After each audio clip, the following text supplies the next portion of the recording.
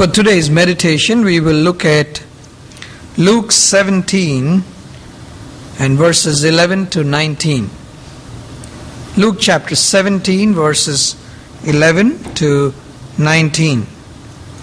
This is a context of, we all know the story, of the 10 lepers who were cleansed by Jesus Christ.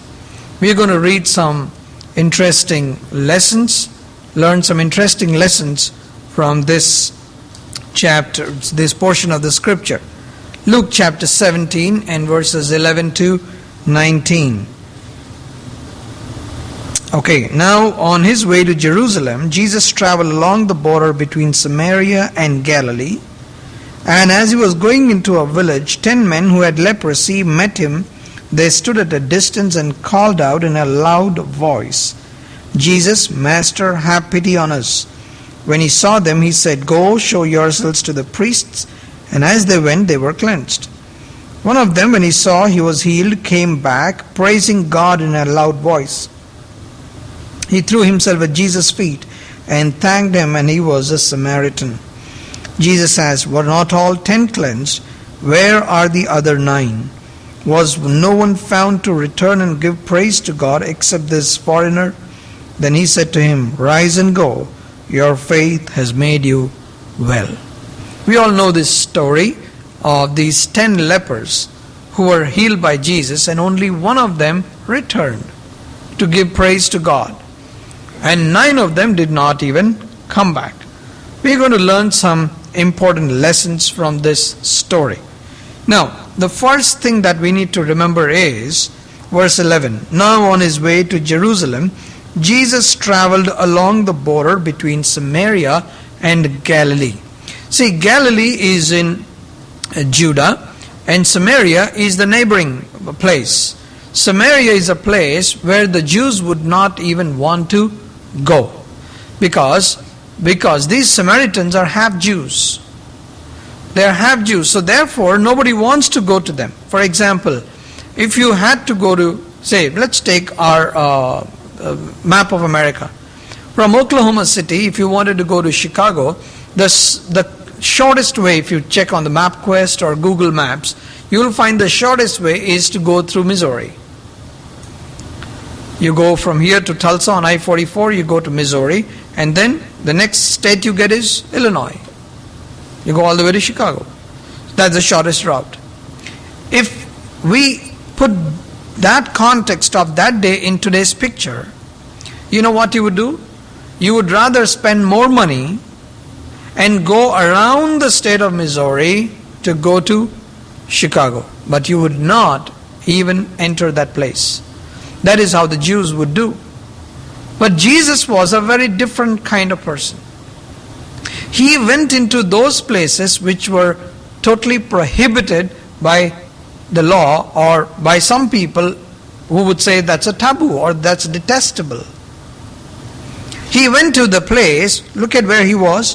He was along the border between Samaria and Galilee. Why would somebody want to be in a place where it is a border between Samaria and Galilee? You know why? Because if he is there, he can be accessible to some people. Please remember, the context is about the lepers. The lepers are not allowed into the city.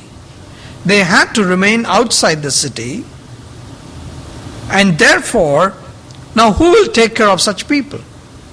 So what Jesus did was, he came to the border. The reason?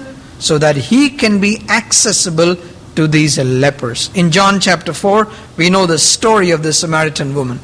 In this story of the Samaritan woman, I like this verse which says, John chapter 4 and verse 4. Now he had to go through Samaria. He had to go through Samaria. In King James Version, it is a little different. It said as if like, it was imperative for him to go to that place. The reason is he wanted to meet a woman in Samaria.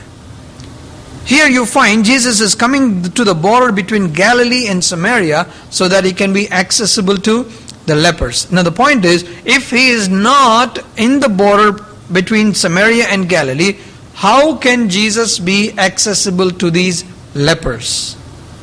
Because for them, the city limits are out of bounds. Therefore, the first point that we need to remember is that our God is an accessible God. Our God is an accessible God. Jesus is an accessible person. That should give you great relief. That should give you great comfort that our God is not in the temples, is not a statue somewhere that you have to go there. Have you seen people? Yeah. For the religions, they have to go to the temple, or what they do is they make an idol and put them in their house. They have to go. I tell you, in India, there are people, when they build a house, they have a special room for their gods. They have a special room there. So they go to that space, that part of their house, and that's where their God is. So their God is in a separate room. But your God and my God is not like that. Your God dwells within you. Your God is totally accessible to you. We need to remember that Jesus made himself accessible to the human beings. In Philippians, he says this. In Philippians, chapter 4, chapter 2, Philippians 2, and we all know this very well, that verse 7, 2 and 7. But he made himself nothing, taking the very nature of a servant, being made in human likeness. He is a God, but he made himself in the human likeness. Just imagine Jesus Christ, when he was born. We are coming into the Christmas season after this week. This week is Thanksgiving. A month later, we have a Christmas coming. So in Christmas, what do we think about? We think about Jesus being born. So he is born in the form of a human being. Now, he was called the King of Jews. The King of Jews should be born in a palace. Where was Jesus Christ born? He was born in a manger. He was born and he was laid in a manger. A manger is an accessible place for people of all levels in the society. If he was born in the palace, the shepherds could not have reached him. The poor people could not have reached him. Even in his birth, Jesus has made himself accessible to you. Now let's come to the relationship between the believer and God. You know what he does? Let's look at Psalm 145 and verse 18. Psalm 145 and verse 18 and 19. He says, "The Lord is near to all who call on him, to all who call on him in truth. He fulfills the desires of those who fear him. He hears their cry and saves them." He hears their cry and saves them. He is near to all who call on him. Isn't it interesting? Isn't it a great blessing that your God and my God is so close that he can easily hear you? Psalm 46 verse 1. It says, "He is a God who is an ever-present help in the times of trouble. He is our refuge and strength, an ever-present help in trouble." He's a God so close to us. Another place in Isaiah 65 and verse 24, he says, "Before they call, I will answer. While they are still speaking, I will hear." Can you imagine that?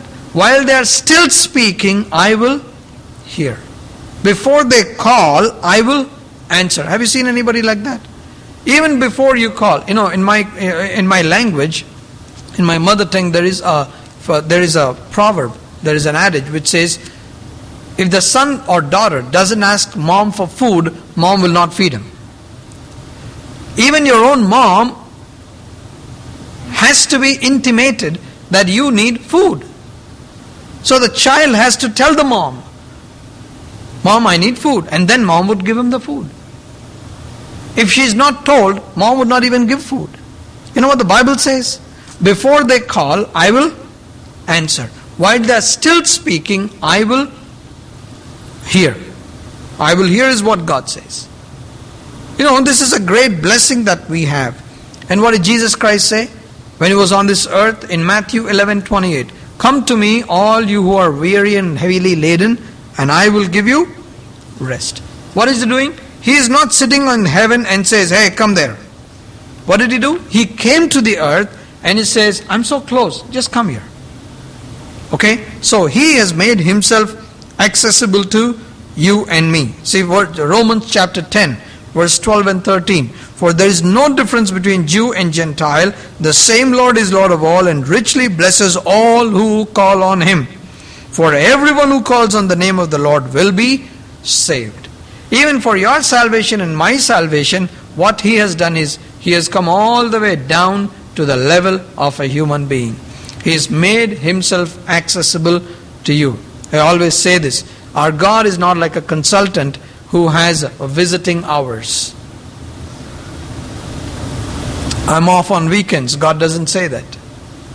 You can come to me any time. Here in this story, we find Jesus came to the place where the lepers could reach him. He came to the place between Samaria and Galilee because he wanted to make himself accessible to those people. The second point that we need to remember is, Jesus came there especially for what? The lepers. He came especially for the lepers. These are the forsaken people in the society. These are the destitutes. These are the abandoned people in the society. So the second point, if you're writing, this is what you need to remember. That Jesus came for the forsaken. Jesus came for the forsaken. He did not come, see, that's why he says in Mark chapter 2, verse 17, I did not come to call the righteous, but I came to call the sinners. Sinners. He came into this world for the sinners. And that's why, let me tell you two stories from the Bible. John chapter 4, we heard the story of what? The Samaritan woman. What was the story of this Samaritan woman? She is not going to the well when everybody else is going to the well. Usually, if you have lived that life, you understand that people go to the well either in the mornings or in the evenings. I have not seen anybody going to the well during the afternoons. And this woman is going in the middle of the day because that's the time nobody will go to the well. She is an outcast in the society. People don't want to mingle with her. People don't want to socialize with her. If she was living in your apartment, you would not allow your children to go and talk to her. You would not socialize with her. You would not invite her for your Thanksgiving dinner. You say, no, this lady is not the right person to be in our company. That is how the people treated this woman. You know what Jesus did? He purposely, on purpose, he came to Samaria. And he sent his disciples to go and get the food. And that's the time he is talking to this woman. He is talking to this woman. What happened to this woman after Jesus spoke to her? You know what happened? She was totally transformed. She was totally transformed. She went back to the same people who were kicking her out. She went to the same people and said, hey, I want to tell you, there is a prophet in our town. This is Christ. And he has told me everything I did. You know what the people said? John 4:42. And they said to the woman, we no longer believe just because of what you said. Now we have heard for ourselves, and we know that this man really is the Savior of the world. The whole community heard the gospel because of this wretched, forsaken, abandoned woman. You know, Jesus Christ can change people like that. I'll take you to the story of another man in Mark chapter 5. He used to live in a cemetery. He didn't have a house. He was a madman. He was possessed with evil spirits. They had to bind him with the chains. He used to hurt himself with those stones. He used to be bleeding. People were scared to go into the cemetery at that time. And this man was living there. You know what Jesus Christ did? I love this portion. I want to show this to you. Mark chapter 5. You find this man in the land of Gadarenes. In chapter 5, you find the verse 1. They went across the lake to the region of Gerasenes. When Jesus got out of the boat, a man with evil spirit came from the tombs to meet him. This man lived in the tombs, and no one could bind him anymore, not even with a chain, for he had often been chained hand and foot, but he tore the chains apart and broke the irons on his feet. No one was strong enough to subdue him. Night and day among the tombs and in the hills he would cry out and cut himself with stones. This is the kind of life this man is leading. I want to tell you something here. Listen to this carefully. This man, Jesus has come to this place. Where was Jesus before he met this man? You know where he was? Chapter 4, verse 35. Mark chapter 4, verse 35. That day when evening came, he said to his disciples, "Let us go over to the other side." Let's go over to the other side. What was on the other side? On this side was a man living in the cemetery. On the other side, for chapter 4, verse 1. Mark chapter 4, verse 1. Again Jesus began to teach by the lake. The crowd gathered around him was so large that he got into a boat and sat on it out on the lake, while all the people along the shore at the water's edge. Now there is a great crowd on the other side. Did you see that? On the other side there is a huge crowd, and there is a water source here, and Jesus says, let's go on to the other side. Tell me, which kind of preacher would leave a huge crowd for a man alone in the cemetery? You know what Jesus did? He valued an individual. He valued a forsaken man. He came into the cemetery. He met this man. After this encounter, you know what Bible says? This man came to his right mind.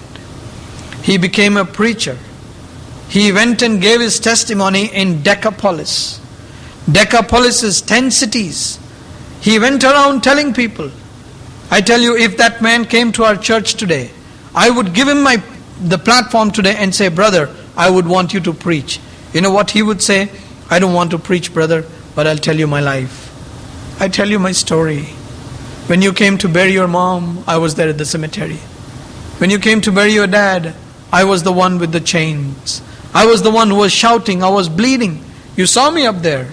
I'm the same person. And today Jesus has changed my life. What a great testimony. He became a preacher. He became an evangelist to 10 cities. And Jesus can do that. You know what Jesus said? I did not come to call the righteous. He came for this broken, destitute, abandoned, forsaken, depressed man. And Jesus changed this person. My dear brothers and sisters, my Jesus, your Jesus, wants the trash. He wants the broken people. He wants the people who have no place, people who have no value in a society. He can take them, turn around, and make them a great blessing to the people. That's exactly what he did here. He came to these lepers. In Luke 17, he came to these lepers. Who would want to go to a leper? Who would want to go to a leper? You know, today, Mother Teresa is respected all over the world. You know why? Because she worked with the lepers. And when you and I are asked to take the position of Mother Teresa, you know what we would do? We'd say no. We would say, we'll appreciate you, but we would not want to do what you're doing. But Jesus Christ did that. He came to the accessible range of these lepers. Number 2, he came for the lepers. He came for the forsaken. Number 3, we need to remember, when these lepers saw Jesus Christ, what did they do? What did they do? They said, Jesus, Master, have pity on us. They said, have pity on us. Now, what do you mean by having a pity on somebody? I do not really know the context if they really know that he could heal them. Probably they wanted some money. They wanted some help. Maybe they wanted some food. Maybe that is what they were looking for. You know what Jesus said? He said, go show yourselves to the priests. And I love this verse, verse 14. And as they went, they were cleansed. See, after you're cleansed, you can send somebody for a checkup. But here, they started walking as lepers, And as they were walking as lepers, they were cleansed. You know what this tells me? Your God and my God is capable of handling and solving all our problems. Our God is a God who can solve all your problems. And that's why in Jeremiah 32:17 he says, nothing is impossible for me. In verse 26 again he says, is anything too hard for me? This Jesus can do the impossible. My Jesus, your Jesus, when he was on this earth, he calmed the storm and people were shocked. Show me another person in this world from the eternity past in the eternity in the future till date. Show me in the whole human race, even the most powerful man in the world. Let me ask this way. The most powerful man in the world today is the President of America. Can he stop the rain? Can he stop the snow? Can he stop the earthquake? You can give aid to the people. You can give help to the people after the disaster. There was a hurricane in New York, in New Jersey this summer. The most powerful man in the world could do nothing. You know what my Jesus could have done? He could have just calmed it and stopped. And it stopped. The problem that you have, you think it is so big that you cannot solve it. But you know what? If Jesus is there with you, he can solve your problem. Let's try to understand what is the meaning of healing a leper. You know what's the meaning of healing a leper? Leprosy will eat up your flesh. The worms will eat away your flesh. Your bones will be seen. You're totally disfigured. If it's your hands, you're totally disfigured. Face disfigured. The worms have eaten the flesh. And if you kill the worm, it's gone. Where did the flesh go? It's digested by that worm. After several days, Jesus shows up and says, go show yourself to the priest. These people are walking. That worm which ate the flesh is also dead, but now the flesh comes back. When Naaman had leprosy, he dipped himself in Jordan River. When he dipped himself the seventh time he came out, his skin became like the skin of a baby. Tell me, who can do that? When our Jesus, our God has done this in the past, can't he do it in the future? Can he do it now? And we can testify in our own life, in our church life, that he is doing marvelous things. He hears, he is accessible.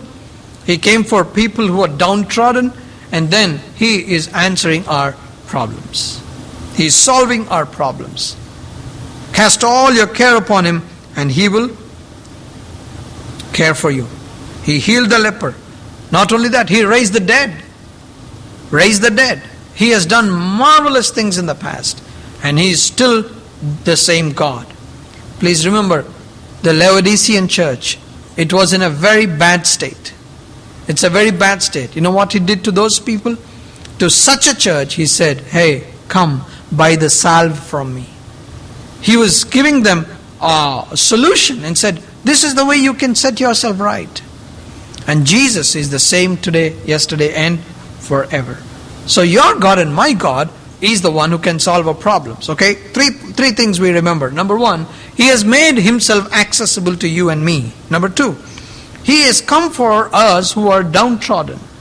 Number three, he is capable of solving our problems. Now, these lepers understood that. These lepers understood that. They got the healing, but you know what? One came back. One came back. Please remember one thing. What this leper did is symbolically great. Because what did Jesus say? Show yourself to the priest. So where did this Samaritan come? He came to Jesus Christ. So what does it mean? What does it mean? That Jesus is that priest. He came back to this Jesus Christ and said what? Thank you very much. Thank you very much. Today, we are in this context, because we are in a season of Thanksgiving time. This Thursday we have the Thanksgiving. I want to tell you this. It's very important for a believer, for a person to give thanks to God. That's very, very important. You know why? Let me tell you 3 reasons why. Number 1, by giving thanks, you take a lower or a humble position. You take a lower or a humble position. Number 2, you acknowledge that there is a superior power. You acknowledge that there is a superior power. Number 3, you are in a state of blessedness. Did you get it? The 3 points you can remember is, number 1, when you give thanks to God, you take a lower or a humbler position. You take a lower or a humble position. Number 2, by giving thanks, you acknowledge that there is a superior power above you. You acknowledge there is a superior power above you. Number 3, you are in a state of blessedness. You're in a state of blessedness. Okay? Please remember these things. I want to show you a story of when a group of people gave thanks to God. In book of Nehemiah, the enemies of Nehemiah challenged him and said, what? What kind of wall are you building? Even if a fox walks on it, it will fall. Let me show you that story. Book of Nehemiah, chapter 4 and verse 3. Nehemiah chapter 4 and verse 3. Tobiah the Ammonite, who was at his side, said, what they are building, even if a fox climbed upon it, he would break down their walls of stones. These people were building the wall. And when they were building the wall, the enemy is taunting them and says what? Even if a fox climbs on it, that wall will come down. Okay? What happened? They built the wall. You know how much time? Chapter 6 and verse 15. So the wall was completed on the 25th of Elul in 52 days. They built a wall around the city. You know how many days? In 52 days they completed the construction of the wall. Okay. After the construction of the wall, now they want to dedicate this wall. They want to dedicate this wall. You know how they dedicated the wall? Please remember the context. The walls were broken. And when the walls were broken, Nehemiah chapter 1 and verse 1 and 2 says, the people those days were in verse 3. Those who survived the exile and are back in the province are in great trouble and disgrace. The walls of Jerusalem is broken down and its gates have been burned with fire. This is the condition in which they were. The gates are burned, the wall is broken down, and they are in shame and disgrace. And that's when Nehemiah takes up this great project and builds the wall. All the while, people are taunting him. In 52 days, the wall is ready. Now that the wall is ready, now they want to dedicate this wall. You know what they do? They give thanks. How do they give thanks? Let's look at Nehemiah chapter 12. Nehemiah chapter 12 and verse 31. The way God gives defeat to the enemy when we give thanks is a beautiful example here. Here we find a great example of how the enemy is defeated and put to shame and disgrace when we give thanks to our God. Chapter 12 and verse 31. I had the leaders of Judah go up on the top of the wall. What did the enemy say? Even if a fox climbs on it, it will fall down. Now you know what happened? The leaders got onto the top of the wall. I also assigned 2 large choirs to give thanks. The choir is on the top. 2 choirs. 2 choirs. If you read this story, you'll find out. One choir started going in one direction. The other choir started walking on the other direction. They were on the top of the wall. And by singing thank you to Jesus Christ, thank you to God who helped them build that wall, they are walking on the wall and giving thanks to our God. Verse 40. The 2 choirs that gave thanks then took their place in the house of God. So did I, together with the half of the officials. The enemy said, even if a fox climbs, it will fall down. It didn't. The whole choir was up on the top. The leaders were on the top. They walked on the wall. What happened? The enemy was put to shame. My dear brothers and sisters, when you give thanks to God, you know what God does? He puts the enemy to disgrace. Let me tell you something. We also know that Jesus also gave thanks. Yes or no? See, the point is, if you want to go by WWJD, I'm not talking about the organization, but I'm talking about what would Jesus do? Jesus did what? Jesus gave thanks. Who is our role model? Jesus is the role model. So when Jesus gave thanks, what would stop you from giving thanks to God? Do you want an evidence Jesus gave thanks? 1 Corinthians chapter 11, verse 24. This is the context where Paul is talking about the Lord's Supper. And he says, I have received this from the Lord. You also find this in Matthew 26. What do you find there? When he took the bread, what did he do? He gave thanks. Look at the context. Another example. When the 5,000 were to be fed, when they brought this 5 loaves and 2 fish from this boy, what did Jesus Christ do? Matthew 14 and 19. He took the bread and did what? He looked up to heaven and gave thanks. When Jesus himself gave thanks, why would you not?